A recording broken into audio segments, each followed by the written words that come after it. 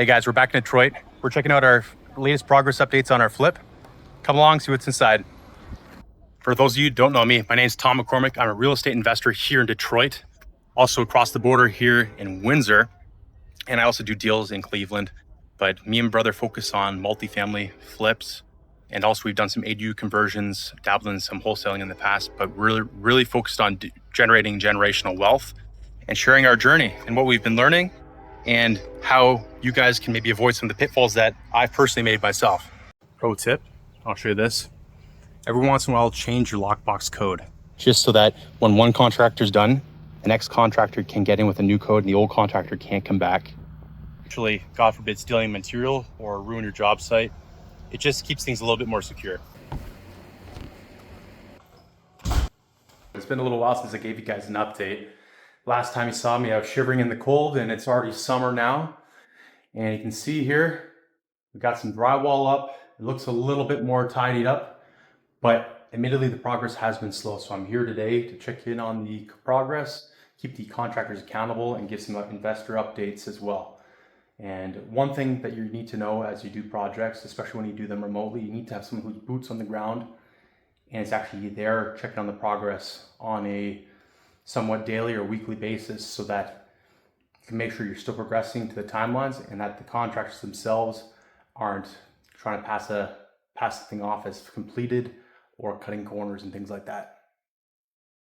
So if we take a look at the ceilings, we got our 1/2-inch drywall up. I don't know if you remember the last time, but we actually had existing plaster on the ceiling, but it's easier to actually demo this and get a nice clean slate to add our pot lights and actually get access for electrical, as opposed to leaving the plaster and repairing it. But then if we come here too, you can see we got some PEX installed. We got our plumbing, we got our duct work. We're just waiting on our plumbing final, or our rough inspection here. And you can see still a drain. It looks like it needs to be completed right there and hooked up to our main bathroom, not the ensuite, but the main bathroom. You see here, this needs to actually go into the joist cavity. So you see how this comes into the joists? That means we don't need to create a bulkhead, but you have this guy just sticking out here, coming straight across lazily. So this needs to come actually over top of the PEX inside the joists. Otherwise, we're gonna have to have a lot of bulkheads kind of coming out this way, not just this way, but this way. We don't want to do that extra material. It's going to look janky as well, because we're going to have a nice kitchen island right here. So I'll put a rendering on the screen of what this is going to look like, because we're going to have the back island here with the sink, have the dishwasher in the island itself. We're gonna have a nice slider door. We're gonna replace this window here, make it a little bit smaller so that we can actually have countertop space all the way across. We'll have some cabinets and appliances on this wall as well. But now if we go to the basement, I'm gonna go down there and try not to trip, and then I'll meet you guys there. So we ran into some plumbing issues actually here in the basement. You can see all the broken up flooring. We have to actually redo some of the main drain piping. And that's because we had actually a leak. And to add on to that, we actually have our bathroom, our new bathroom addition that we added here. And there's no good way to actually bring the drain down and across. So we're actually putting it into the ground and teeing it into the existing drain here. So that's added some extra time and extra complications, because this is something we need to get inspected. And we can't get our inspection upstairs without having this completed as well. So once we get these two combined together and done, then we can actually cover up the whole rest of the drywall in the kitchen area. And one other thing to note too, we redid the stairs. So these guys were really janky. They were collapsing, and actually, because of the weight of the entire house, it was having a point load right here, and you could see the way it was sagging. So we reinforced this and put it a bunch of 2x8s across, and that allowed for some extra strength. And we put that in once we jacked up the main beam right here that's kind of hidden by this ductwork. And that actually leveled out the main flooring. We were able to resister a couple of these joists that were really sagging and basically falling apart. So the house is structurally sound now, a lot more stable, and it took a lot of the wonkiness out of the floor. So we're back upstairs. Well, actually, we're on the main floor, right? But check out the flooring here. You can see, if you can, get rid of the drywall dust.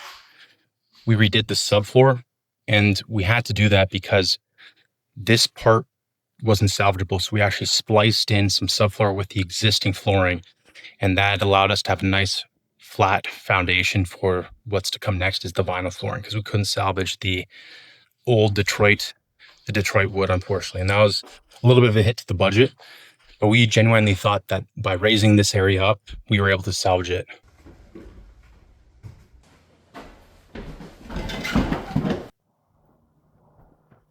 Bedroom number 2 has basically been completed.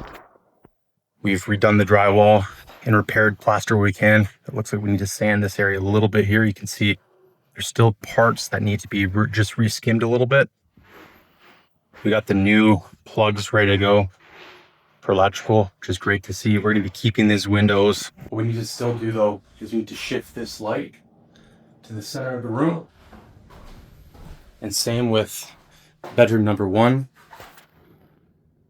We need to recenter the light. But besides that, these bedrooms are basically complete.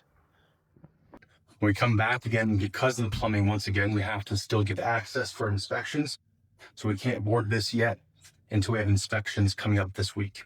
We got the bathroom all boarded up, which is great to see. We still need to put our plumbing in, rough plumbing for the shower that's going to be on the other side of this, shower and tub.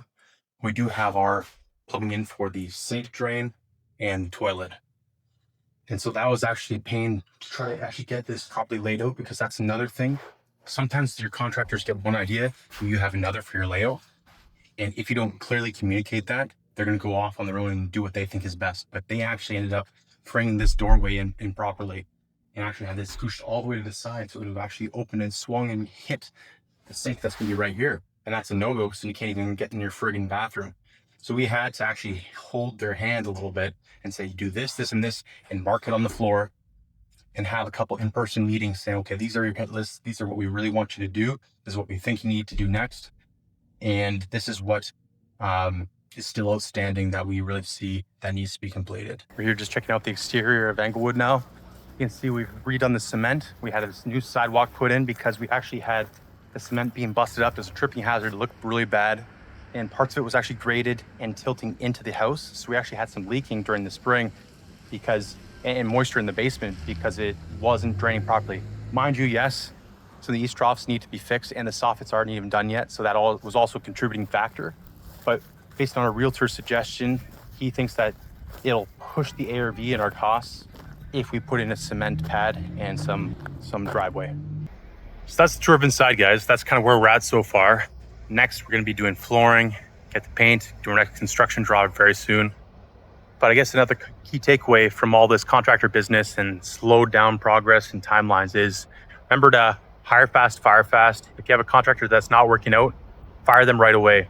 What happened was, because we allowed our contractor to be the GC, we entrusted him with needing to hire the plumbers, the drywallers, but those were the ones that actually gave us the most heartache and didn't show up on time. So what he should have done is fired them sooner, or at least let us know so that we could take charge and hire someone else on his behalf and manage it, because that cost us a good probably month at least doing that. So that's one takeaway. And number 2 is, like I already said, meet in person. Those always help. And that way you can hold them accountable to what you previously agreed to, saying, okay, on this date, you said you would have this done by X amount, and we're only halfway there. And another way you can do this is you can actually incentivize them, saying, okay, if you finish this job ahead of schedule, we'll give you a small bonus. But if you are late by X amount of days on the overall project, that's where you actually start losing some money. But some of those contractors, they're not going to really sign up for that sort of deal. So pick your battles with that tip right there. Another one too is maybe you just need to hire a new GC, right? And so in that case, you want to get multiple quotes. You want to actually have them itemize their list a little bit more detailed, because I'll admit, when we started this project, we had to get into it very quickly, and the itemization wasn't actually as detailed as we hoped it would have been. And so that did burn us slightly in not accounting for a couple things. We didn't account for demo. It should have been included in one of the quotes, but it wasn't. And we also didn't have a safety factor in terms of flooring. We thought we could definitely salvage the flooring, but like I showed you, we had to actually do subfloor, so that cost us some money. So getting that itemized detailed list and then being able to hold your contractor accountable to it really helps, because if we would have had that, we could actually said, well, no, you quoted this for us, and therefore, even though the flooring can't be salvaged, that's your problem, not ours, right? So there you have it, folks. If you have any other tips or tricks about how to manage contractors from afar, let me know, drop a comment below, because I'm still learning just like you guys. And if you found this valuable, comment, like, subscribe. Reach out to me if you have any deals or want to partner up or have any funds they want to deploy. We're looking at deals here, like I said, in Windsor, Detroit, and Cleveland. That's our bread and butter right now. So see you guys in the next one. Peace.